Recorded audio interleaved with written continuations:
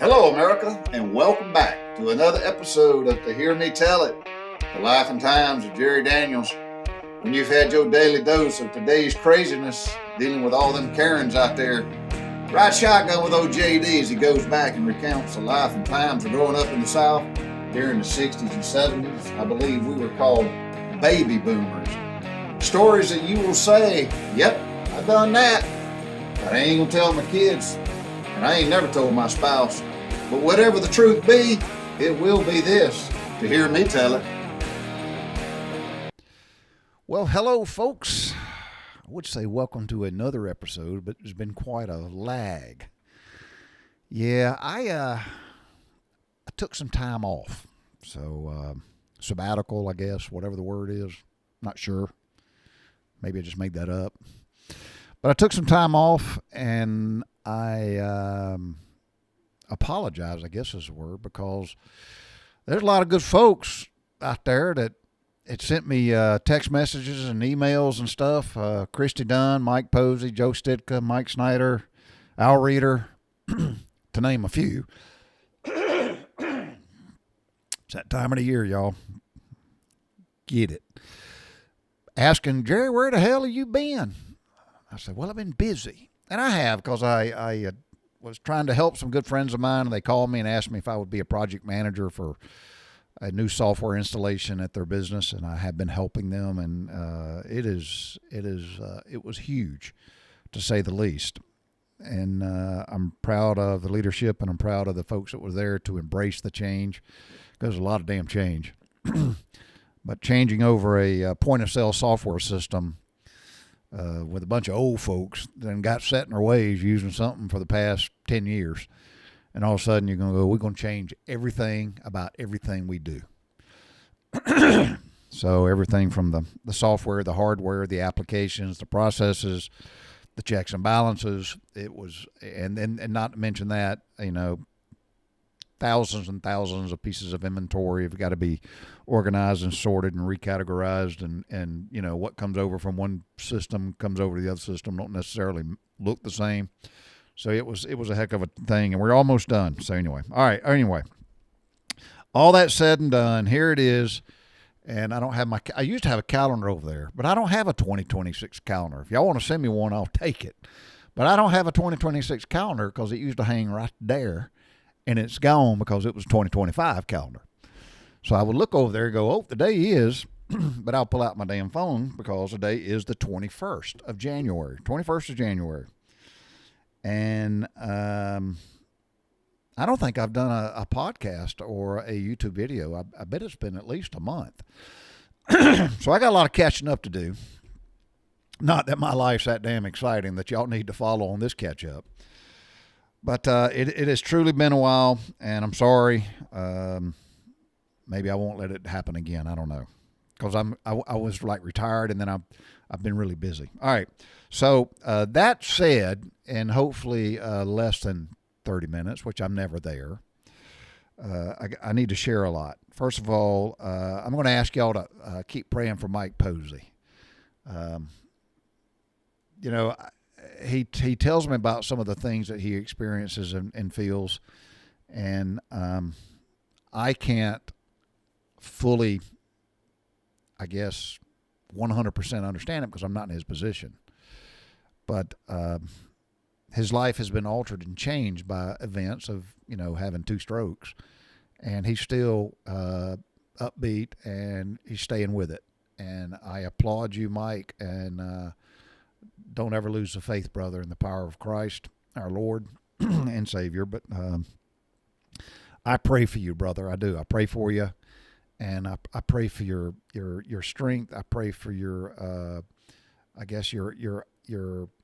your eyes and your mind to be open to when God does speak to you, and I pray for your family, because it's something like this is a lot.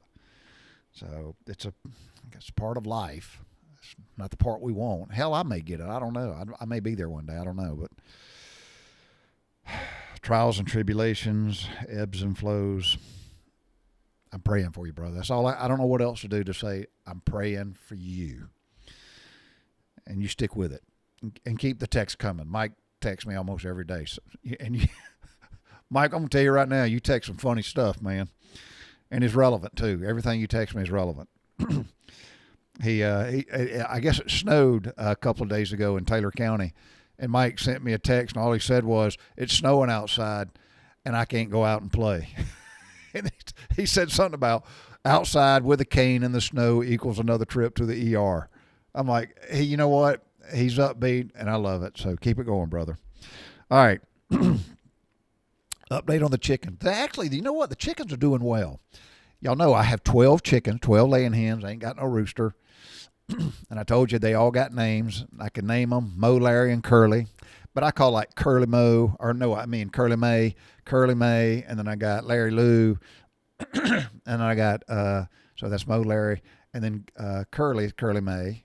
I'm messing it up. Anyway, it doesn't matter. But they're three guys' names, and when I call them, I try to make them sound like they're girls' names. So when I say Curly, I call her Curly May, and she's the one that's had the roughest go with the swords on her back and stuff that the other chickens pick at her. That's Curly May. And then I got Larry Lou, and she's full of mischief. Hint, hint, Larry Kirksey. And then I got Mo, and I just call her Mo May. So that's Mo, Larry, and Curly. And then I got Doris, and I call her Doris May. No, I don't. I call her Doris Girl. Doris Girl. Doris is the one that's speckled. She's a barred rock. She just walks around, and she's always bitching about something. I don't understand it. They all got personalities, and she comes right to me as soon as I walk in there, but she comes to me, and she just like makes a sound like she's just bitching. I'm like, seriously, Doris? Doris Girl, what's the problem? Now, when she was little, she'd always want to get up on my shoulder. Now she's a big girl. She don't care about that no more. So, and I got Mo, Larry, and Curly. I got Doris. I've got Thelma and Louise. I got Laverne and Shirley. I got Sonny and Cher. I got Ruby. And I got Blanche. So that's all 12 of them. So they're doing good. I have a light it's on a timer, but I give them more daylight. I'm going to talk about the amount of daylight during this time of the year. But they get more daylight, and it's to promote them to lay, because a chicken lays an egg every 24 to 26 hours. But if you give them more daylight, they're more apt to lay on a more regular cycle. So I keep the light thing going on for them. It is 21 degrees this morning here in Jasper, Georgia. But I looked at my thermometer that I have a remote reader that's, it tells me what the temperature is inside the coop. So it's 21, but it's 48 inside the coop because I have a heat lamp in there that's well secured. And I don't have straw or pine shavings in the floor of my coop. I have a special type of sand in there. So if something were to happen, it's not like it's going to start a fire. That ain't going to happen. So, and the only thing that's in there is I've got a water feeder in there so it don't freeze. So they have plenty of water. And they're all nice and toasty, and I watch them. And what time is it? Ooh. And I need to see if the door has opened up. So I'll check to see if the door is open up in the coop. Because sometimes it can bind up, but I check it. But it's like 99% accurate. And I've got a camera in there, so I can look in there like y'all like. Thank you, Jerry, for sharing this right in the middle of your damn podcast there. And I'm gonna look, and yeah, buddy, they're I can just speculate because I could turn the volume on, but I'm not. But they're in there. They're all down off the roost. And they're walking about drinking water, and if I turn the volume on, they'd be loud as hell because I can see two of them already having a competition who's going to get in what I call best nest 5. So anyway, all right. So the chickens are doing well. I'm averaging. They average about, because I got 12 of them, but I average about 10, 11 eggs a day. I'll have consecutive days where I'll get 12 eggs. So every hen will lay every day, but then for whatever reason, they'll skip a day. I don't get it. And then I can tell the ones that skip because the next day their egg's bigger. Or I don't know what that's about either, but anyway. Christmas was good. The New Year's was good. My wife and I are blessed, and I had a great time because my mother-in-law, who I love dearly, Miss Shirley, but she visited for, I think, 3 weeks. So we had her during the Christmas and the New Year's, and it was absolutely a joy. So I'm blessed, and Laura's blessed. She still has her mama at the age of, I think she's 83 or 84, something like that. But Shirley is a good woman, been through a lot, endured a lot, and she's upbeat. She tries to never speak negative about anybody, and God bless her. She's and she loves the New England Patriots. So anyway, and it's funny because when she's here, and she lives in Maine. She's from Brockton, Mass, that area. I say from, but that's where she's from. She's from Brockton, Mass. So she has that heavy Maine / almost a Bostonian / New England / heavy Yankee accent. She still says words I have to really listen to attentively because I don't get it. Because it doesn't, the whole thing about the R's. And, and you would think, she grew up. Now, she grew up at full 100% Italiano family because she was a Nardelli. That was her maiden name. She's the daughter of Frankie and Olga Nardelli. And then her uncles and all that, they're the Gaiuntas from Sicily. And I thought she'd be more versed in her eating habits, and I'll eat damn near anything, almost. I don't eat no pickles. I don't know about y'all. I don't like pickles. I love cucumbers, but I don't like pickles. I don't know what it is. I don't like a dill pickle. I don't like a sweet pickle, and I damn sure don't like no pickle on no sandwich.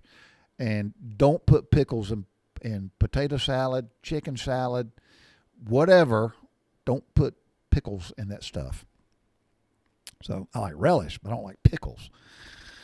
Anyway, back to Miss Shirley. So she doesn't eat mushrooms, and I put mushrooms in damn near everything I make. She doesn't eat beans like red beans, kidney beans, and I made several meals while she's here, and God bless her, and she's flicking and getting all the mushrooms and the beans out of anything I made. Now on New Year's Day, I did make greens with black-eyed peas. And she ate the black-eyed peas. I told her, Shirley, those aren't beans. Those are peas. That's a fundamental difference. A pea is from a pea pod. A bean is from a bean pod. I said, but those are peas. So we had black-eyed peas, and she really enjoyed them. So, all right. Thank you for being here, Shirley. I enjoyed your visit. My surgery, Joe has asked me several times about my surgery. My surgery, it went well.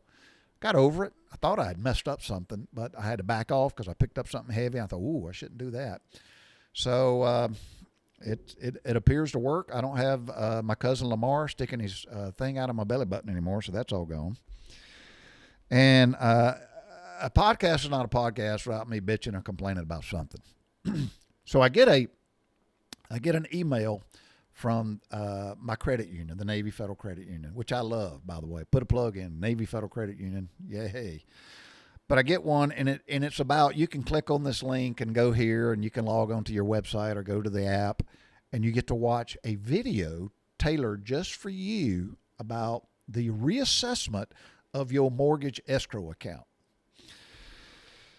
So, as a young person who gets involved into financing a home, they'll hear that term when they've never heard it before, like your escrow, and you just kind of nod your head like you know what the hell you're sitting in there, and they're talking to you, and your mortgage loan officer and stuff, and then your realtor, and then all the folks. Ain't nobody going to tell you what that's about. You just got to learn it.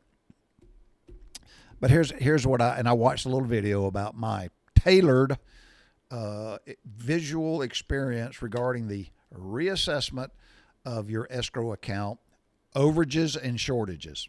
Well, you can bet your ass it ain't going to be no overage. So I watched it, and to no surprise, here's the bottom line. Your monthly mortgage payment is going to go up. I'm like, well, howdy do, no shit, Dick Tracy. So, I watched this crap, and I thought, yep, damn, my monthly mortgage it going up. And I told Laura the other day, I said, because we've been married going on 39 years. I said, we've been married almost 40 years, and we ain't never not had a mortgage payment. And for those who were not career military and moved around a lot, and I'm not saying somebody got something better than me, but the bottom line is if you're a career military person and you're deployable and you're quickly transferable, I do that. Anyway, you don't have the opportunity to gain a lot of equity in a piece of property. Now, some of my shipmates did that because they bought a home and then they moved around and they rented that home, and then they had to deal with all the crap of being a landlord. I had never wanted to do that. And I had the opportunity a lot of times to go, well, you're going to transfer from Jacksonville and go here, but you can rent your house. I'm not living in Maine or Virginia or Tennessee or wherever and be the landlord of a house for rent in Jacksonville, Florida, or vice versa, or whatever. I said I ain't doing that. So I never did it. So I never gained equity. I never earned equity or whatever, realized equity. So I still have a mortgage. At the age of 63 years old, I still have a damn mortgage. And, so going back to I get the thing about, oh, you need to look at your little thing here. So sure and shit, they go, in March of 2026, your mortgage payment will be going up to blank to be able to satisfy the increase of what needs to be in your escrow account. Now, the escrow account basically is a holding pot, and that's where the extra money is put so your mortgage company can pay your insurance and pay your frickin' property taxes, which is really a pisser. It is. It's a pisser. So when I was on this app, I was able to go in and look at all my mortgage statements. So I thought, well, hell, I'll go back and just start looking at them, year by year by year by year by year. And I went back all the way to 2022. So I was able to look back at mortgage statements that were 4 years old, and I did the math, and I'll just say my mortgage, to include principal and interest or insurance, principal, taxes, and insurance, so PIP or whatever they call it. I looked that up, and bottom line is my mortgage payment every year has increased about 8 or 9% annually. That sucks buttermilk. And it's because of two things. My taxes went up and my insurance went up. Somebody's making a killing. And I'm all about anybody owning a business. I'm all about free enterprise. I don't use the word capitalism because that's something the woke people put on it. But I'm all about free enterprise. But when you are mandated by law to do certain things, like have insurance, so you're mandated, you got to have health insurance. Oh my God. You don't have to have life insurance, but you got to have health insurance. I don't give a shit about if you die, but you got to have health insurance. It's mandated thanks to Obama. And then those who couldn't afford it, they go, oh, we'll tax the shit out of the American people for both Obamacare. And then it's like, well, he lied. He did. You couldn't keep your doctor. You couldn't keep your plan. And it was like affordable health care. That was bullshit. You couldn't afford it. So then they turn around and go, we'll add this other thing on top of it called subsidies. So then they add these subsidies. And the bottom line is all this stuff with these other stuff on top of it, they pay the insurance companies. They don't pay you to pay the doc. They pay the insurance companies.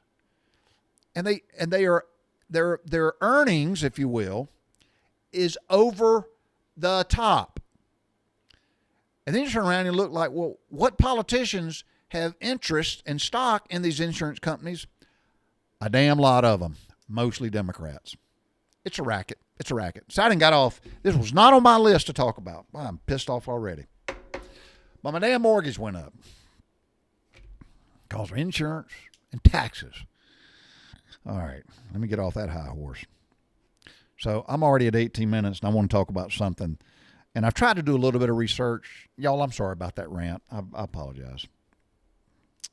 Laura will get on me later. But my good friend, Joe Stika, sent me I got it right here. Joe sent me, I got to turn the chicken coop off. I'm still looking at the camera on my chickens. Joe sent me let me find it. Where's it at? Where's Joe? Joe sent me a text message. And I don't think Joe realizes the impact he made. He probably doesn't. But he sent me a text message, and it started with 3 pictures. And I'm going to put them right over here in just a minute. Not now, but you'll see the pictures show up over here.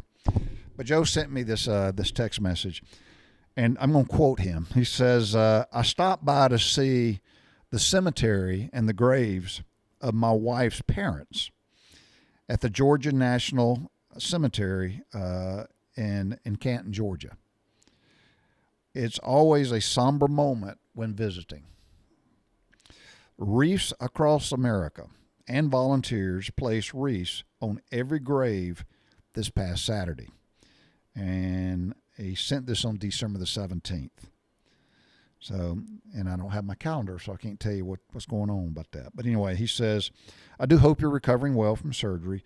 He said, Jerry, perhaps a podcast idea about the history of the Wreaths Across America, which I'm going to talk about here in a minute. WAA. Feel free to use these photos on your YouTube and your podcast if you decide to do so. And I told him, I said, great idea. And here I am. I'm late, Joe, over a month, but I am. And so when I say Joe don't realize what he did, hold on, I got to clear my throat. He calls me to do some homework. So I did some research, and I'm going to have to move this over here so that I can keep talking and then look at my stuff that I looked up. So Joe wanted me to talk about the Wreaths Across America. So I looked that up. They have a great website. And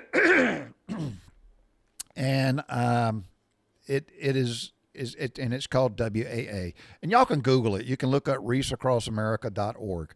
That's their website.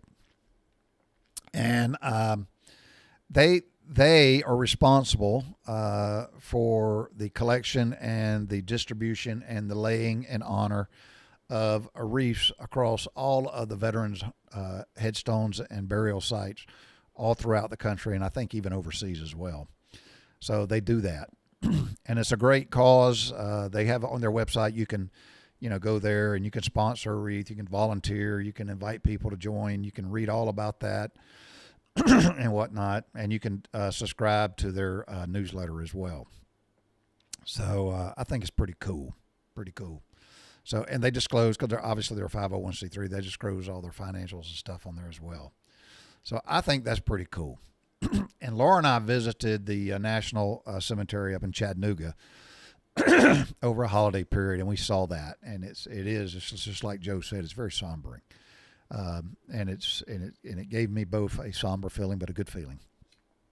So, and I'm gonna get to the whole part about the how they got to where they are now, because I believe the laying. I'm kind of going to backtrack, I believe, but the tradition to start laying a bunch of surplus wreaths, if you will, that started at the Arlington National Cemetery in 1992.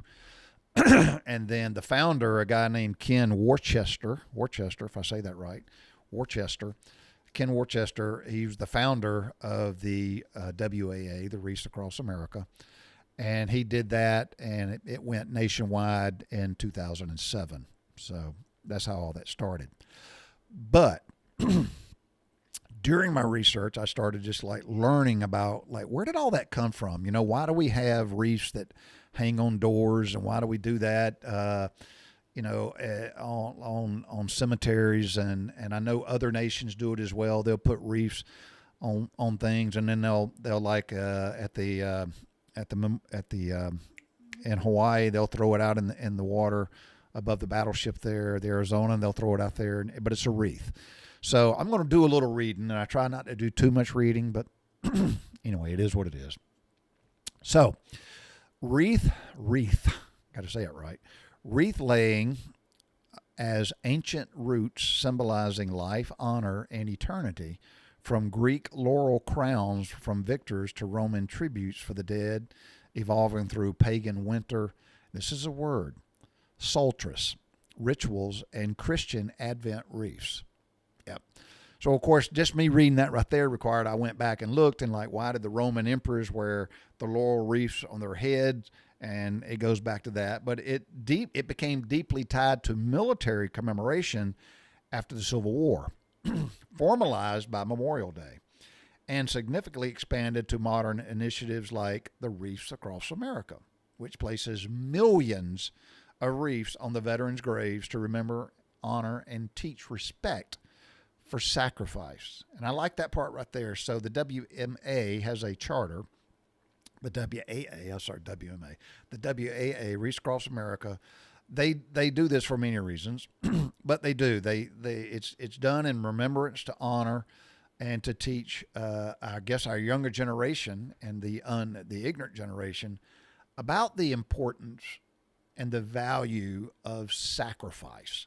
Somebody to do something for a greater good, bigger than themselves, and they pay the ultimate sacrifice, which is their life.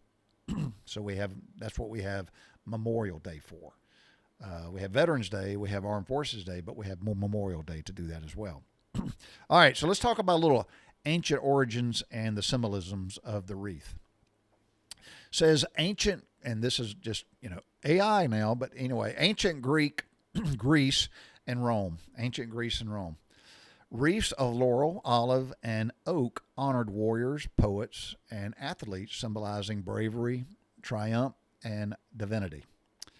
Pagan, I know everything's tied to something to some pagan, but pagan and early Christian practices, wreaths marked the winter solstice, celebrating the return of light, while evergreen wreaths symbolize eternal life over death.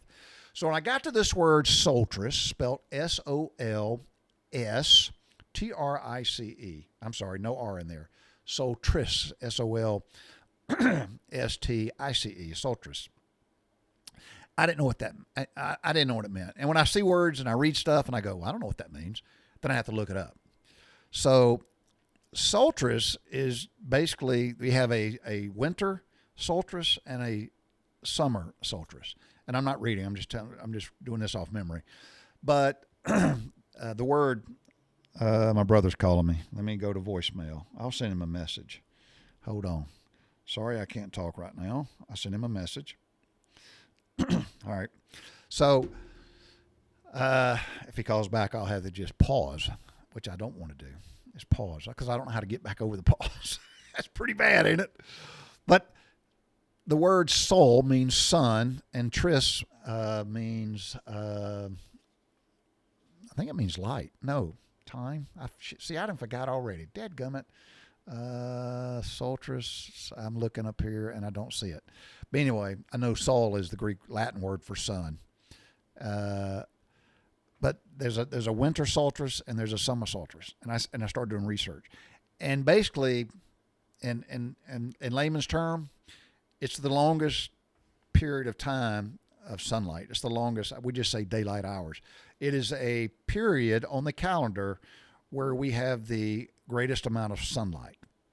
So here's an example. So I found it over here. So, and also I learned about equinox by reading about this as well.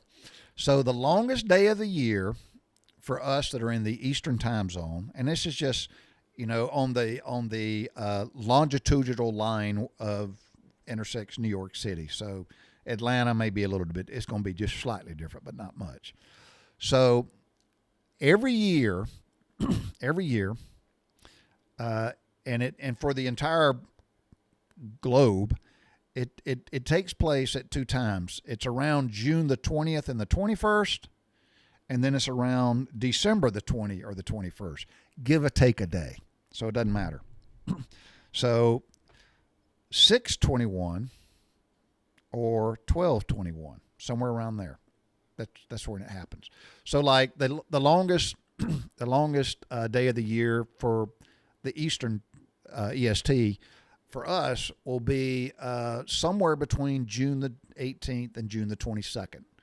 So you got 18, 19, 21, 22. You got that 4-day period. You're going to have an enormous amount of sunlight. Now, when I say enormous, for us, we're talking roughly 16 hours plus, somewhere like that. No, I'm sorry, 15. 16. About 16 hours. Let's just say 16 hours. I'm just rounding it. But if you lived in Daggum, which I have lived, in Iceland, that same time period, they're going to get over 21 hours of sunlight. And I've lived there in Iceland. But in Tokyo, they'll get 14 and a half hours. Excuse me, y'all, I'm sorry. But in Los Angeles, they'll get about 14 and a half hours. So, and why did that period, I think stress means stand still. I think that's what it means.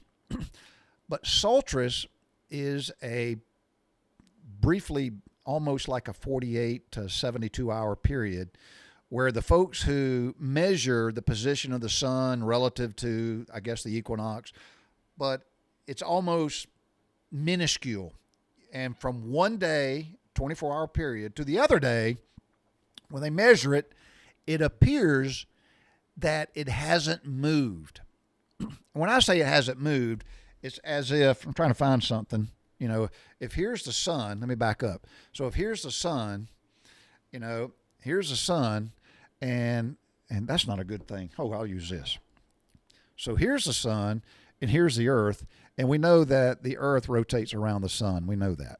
And we know it takes 365 and a quarter days, to be exact, for the earth to take one complete rotation all the way around, because it orbits. So for the earth to rotate around the sun takes 365 and a quarter days.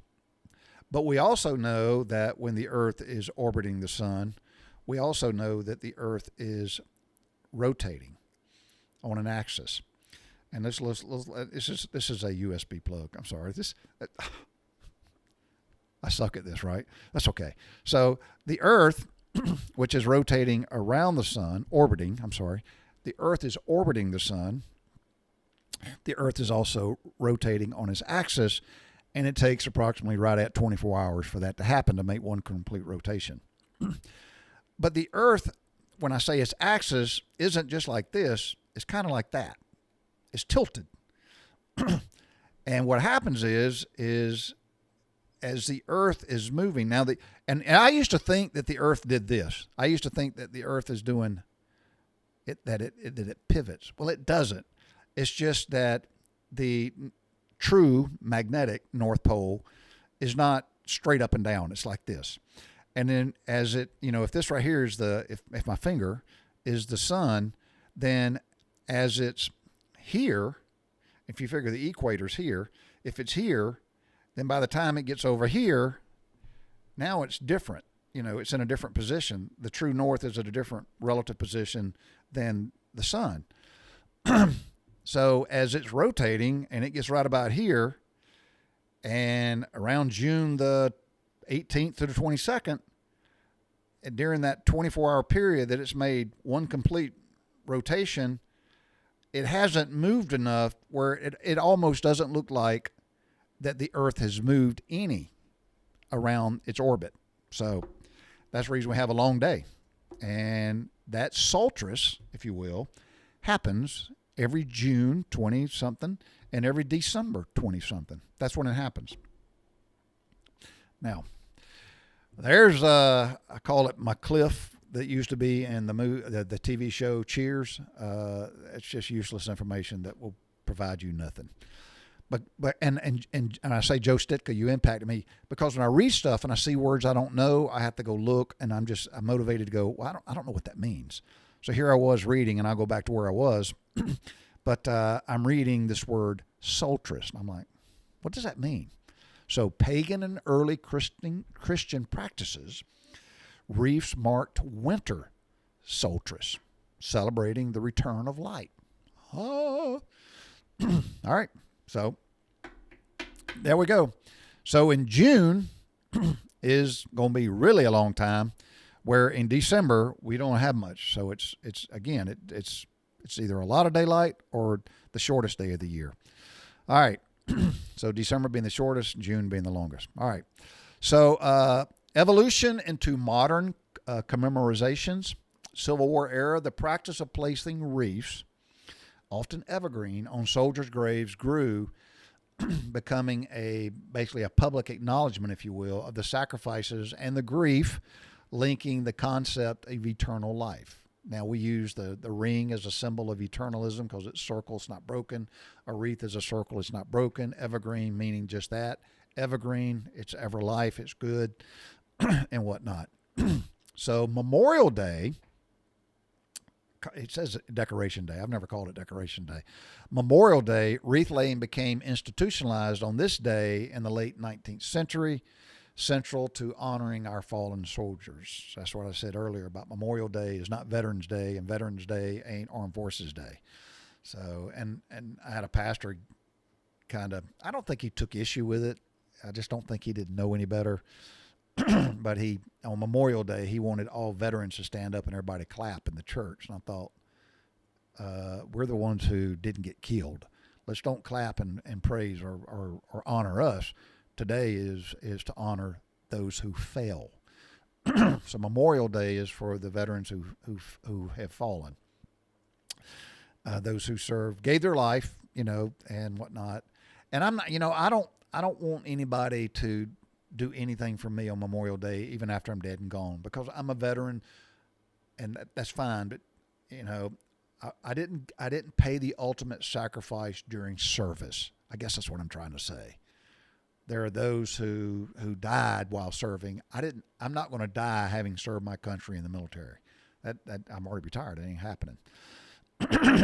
Anyway, so World War I, wreaths became prominent in commemorating the war dead, such as the sketches from the and I saw this word. I thought, man, I don't know how to pronounce this. Gallipoli,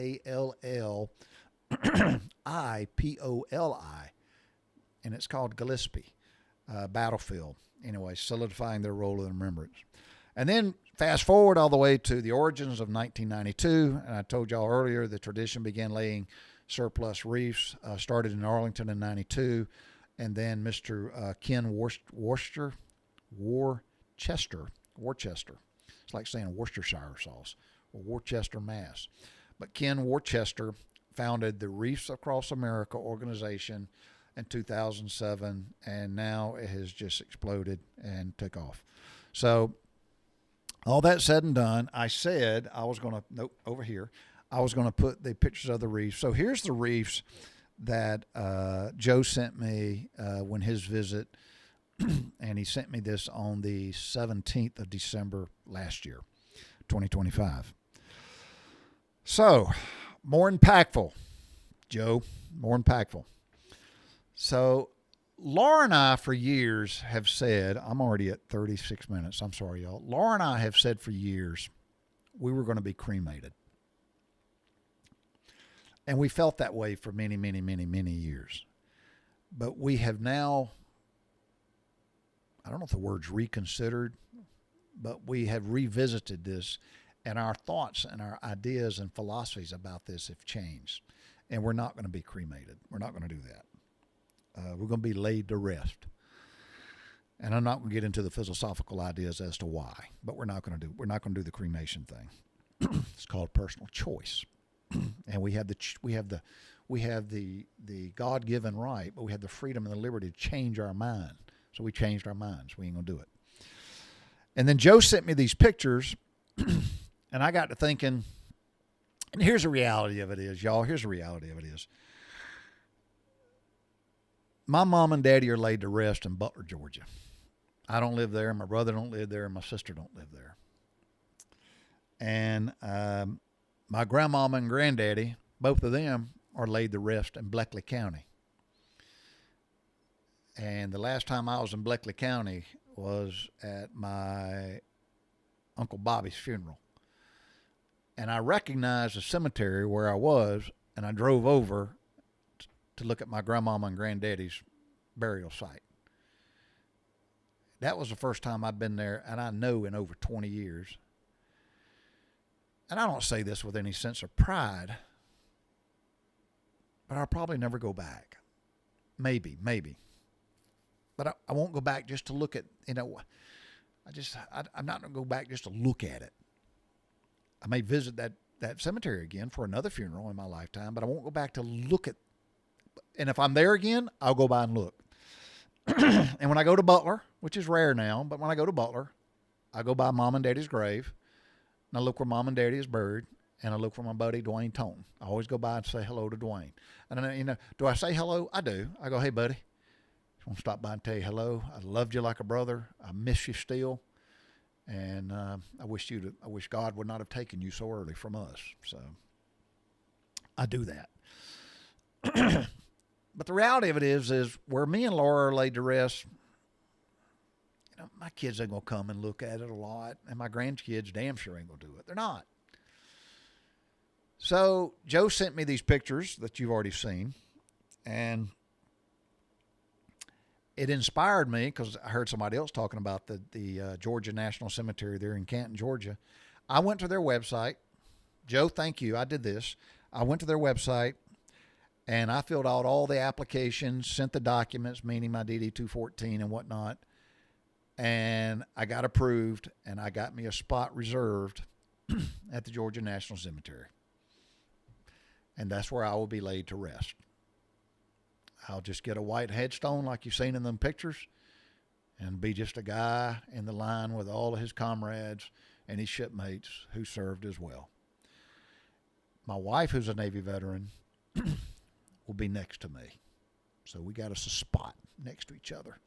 It'll say Jerry Daniels, Laura Daniels, U.S. Navy. That's where we're going to be. That's thanks to you, Joe. I appreciate you. You inspired me, and I owe that to you. All right. I did pretty good. I didn't get any. Where am I at? Man, I'm already at 40 minutes. I'm sorry, y'all. I did good. I didn't get political. And I so desperately want to vent about the fleecing of America by the, I'm not going to go there. Not going to go there. Whew. It's tough for me not to go there, but I'm not going to go there.